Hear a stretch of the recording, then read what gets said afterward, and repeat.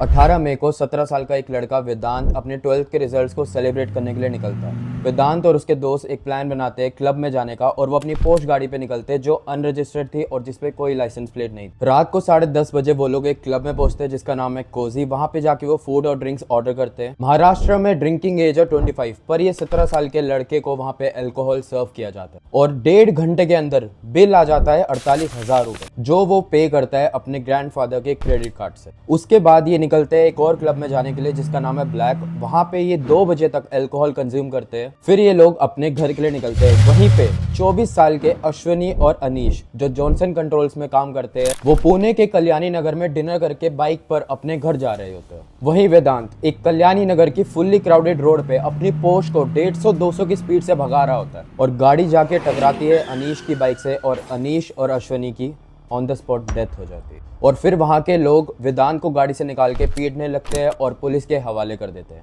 और सभी लोगों को लग रहा था कि 2 लोगों की डेथ हुई है तो वेदांत के ऊपर बहुत ही बड़ा एक्शन लिया जाएगा, पर नहीं। पुलिस स्टेशन जाने के बाद वहां पे कुछ और ही चल रहा था। उसके बाद से ये इंसिडेंट एक एक्सीडेंट नहीं, एक बॉलीवुड फिल्म की तरह ट्विस्ट लेते ही जा रही है। 19 मई की रात को 2:30 बजे यरवादा पुलिस स्टेशन के बाहर एक न्यूज़ रिपोर्टर देखता है कि वेदांत की गाड़ी के साथ एक मर्सिडीज आती है जिसमें एक आदमी उतरता है सफारी सूट में जो भर के पिज्जा लेके आता है, जैसे वहां पे कोई ब्लड टेस्ट और इन्वेस्टिगेशन की जगह एक दावत रखी जा रही हो। और जब पुलिस स्टेशन एसीपी आती है तो वो देख के खुद शॉक हो जाती है कि वेदांत जिसने अनीश और अश्विनी की बाइक ठोकी थी वो वहां पर एसीपी की ही कुर्सी पे बैठा हुआ था और विक्टिम के परिवार की कोई सुनवाई नहीं थी। ज्ञानेंद्र सोनी जो अनीश के रिलेटिव थे, उन्होंने बताया कि वहां पे पुलिस काम ही ऐसे करी थी जैसे वो वेदांत को बचाना चाह रही हो। उन्हें वहां ये समझाया जा रहा था कि वेदांत गाड़ी चला ही नहीं रहा था, बल्कि उनसे उल्टा सवाल करने लग गए कि अनीश और अश्विनी का क्या रिश्ता था। और पुलिस ने तो बेसिक प्रोटोकॉल तक फॉलो नहीं करे। वेदांत का कोई सुबह तक ब्लड टेस्ट नहीं करवाया गया ताकि उसके ब्लड में अल्कोहल कंजम्पशन ना आए। फिर आता है एक और ट्विस्ट। एक्सीडेंट के 1 घंटे बाद पुलिस स्टेशन पहुंचते हैं एमएलए सुनील टिंगरे। वो बताते हैं कि वो अग्रवाल फैमिली को पिछले 30 सालों से जानते हैं और अग्रवाल फैमिली ने उनकी हेल्प मांगी इसलिए वो वहां पर आए। और सुबह 6 बजे एमएलए पुलिस स्टेशन से निकलते हैं और उसके कुछ देर बाद 8:26 पे वेदांत पर एफआईआर दर्ज होती है और इसे 304 ए के अंडर फाइल किया जाता है, ना कि 304 के अंडर। और इन दोनों सेक्शन में भी एक ट्विस्ट है। सेक्शन 304 ए है डेथ बाय नेग्लिजेंस, यानी कि आपकी गलती की वजह से किसी की मौत हो गई जिसकी पनिशमेंट है मैक्सिमम 2 साल की जेल। और 304 है culpable homicide not amounting to murder, जिसका मतलब ये है कि आप जानते थे कि अगर आप ये गलती करोगे तो किसी की मौत हो सकती है। ऑल्दो ये मर्डर नहीं है, पर इसकी मैक्सिमम पनिशमेंट 10 साल की जेल है। अब आप बताइए कि कौन से सेक्शन के अंडर फाइल होना चाहिए था? क्या एक इंसान नहीं जानता कि अगर वो एक क्राउडेड जगह पे अल्कोहल कंज्यूम करके 150-200 की स्पीड से गाड़ी चलाएगा तो किसी की मौत हो सकती है या नहीं? फिर आता है एक और ट्विस्ट। एक्सीडेंट के 8 घंटे बाद 19 मई सुबह 11 बजे वेदांत का ब्लड टेस्ट करवाया जाता है और ब्लड सैंपल्स भेजे जाते हैं एक हॉस्पिटल में और ब्लड टेस्ट में अल्कोहल कंजम्पशन नहीं आता क्योंकि वो ब्लड सैंपल्स उसके थे ही नहीं। पुणे पुलिस कमिश्नर बताते हैं कि वेदांत के ब्लड सैंपल्स रिप्लेस कर दिए गए थे किसी और के ब्लड सैंपल्स से और उसका नाम लिख दिया गया था। उसके बाद उन्हें फोरेंसिक लैब में भेजा गया था। उनके प्राथमिक तपास में ये बात सामने आई कि उन्होंने जुवेनाइल एक्यूज्ड का सैंपल लिया था, लेकिन उसने उसको डस्टबिन में फेंका था और उसने एक किसी और व्यक्ति का सैंपल से उसको रिप्लेस करके उस जुवेनाइल एक्यूज्ड का नाम लिख करके उसको फोरेंसिक लैब को भेजा था। और जो 2 डॉक्टर इसके पीछे थे उन दोनों को अब अरेस्ट कर लिया गया। सबको लग रहा था कि वेदांत के ऊपर काफी एक्शंस लिए जाएंगे, पर नहीं।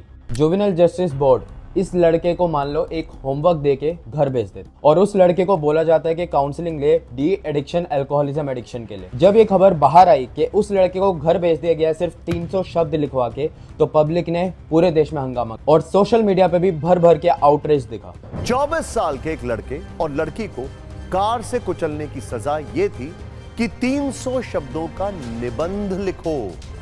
जुवेनाइल जस्टिस बोर्ड के आदेश को पढ़कर लोग हैरान थे और कोस रहे थे। पब्लिक के गुस्से से पुलिस पे दबाव आया और उसके बाद सेशन कोर्ट मूव किया गया और कोशिश करी गई कि वेदांत को एज एन एडल्ट ट्रीट किया जाए और सेक्शन 304 ए को 304 में मॉडिफाई किया जाए। सेशन कोर्ट ने रिटर्न में कहा कि पुलिस को इस चीज के लिए जुवेनाइल जस्टिस बोर्ड को अप्रोच करना पड़ेगा। वेदांत के फादर विशाल अग्रवाल एक बहुत बड़े बिजनेसमैन थे और उनको लग रहा था वो पैसे से पूरा सिस्टम खरीद लेंगे, जो उन्होंने खरीद भी लिया था जब तक पब्लिक ने आवाज नहीं उठाई।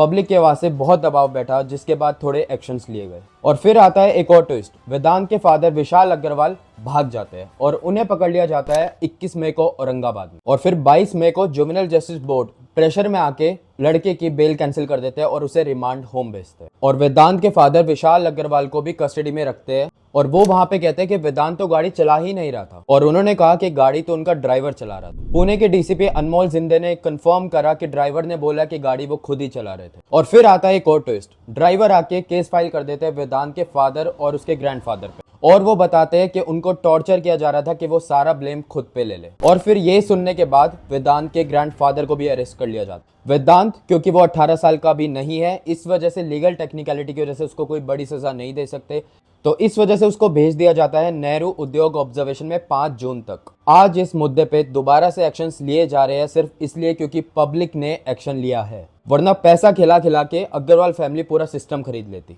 अनीश और अश्वनी के साथ जो हुआ उसकी भरपाई तो नहीं हो सकती, पर एटलीस्ट वेदांत और उसकी फैमिली के साथ इनफ एक्शन लिया जाए ताकि कोई नाबालिग दोबारा ये सोच के रैश ड्राइविंग या ड्रंक ड्राइविंग ना करे कि 300 वर्ड लिखेंगे और घर आ जाएंगे। इस क्राइम में पुलिस, एमएलए, यहाँ तक कि डॉक्टर्स भी मिले हुए थे। अगर इस केस पे कोई भी एक्शन लिया जा रहा है तो वो सिर्फ पब्लिक की आवाज़ की वजह से लिया जा रहा है। मैं भी ये वीडियो इसलिए बना रहा हूँ क्योंकि सोशल मीडिया पे बहुत अवेयरनेस फैली है, उसी दबाव में पुलिस एक्शन ले रही है। और इस केस से ये समझ आता है कि पैसा हो तो किसी को भी खरीदा जा सकता है, पर आम जनता को नहीं। अगर हम सब एक साथ मिलके किसी चीज़ के लिए आवाज़ उठाए तो उसका स्टैंड लिया जाएगा। ये तो एक केस है जो इंस्टाग्राम या न्यूज़पेपर से हमारे सामने आ गया, बट ऐसे बहुत सारे केसेस होते हैं जहाँ पे रईसी की वजह से कुछ लोग बच जाते हैं और कुछ लोग फंस जाते हैं। मैं आपसे ये रिक्वेस्ट करूंगा कि इस वीडियो को ज़्यादा से ज़्यादा शेयर करो ताकि इस टॉपिक पे और अवेयरनेस फैले और इस केस पे जल्द से जल्द एक्शन लिया जाए।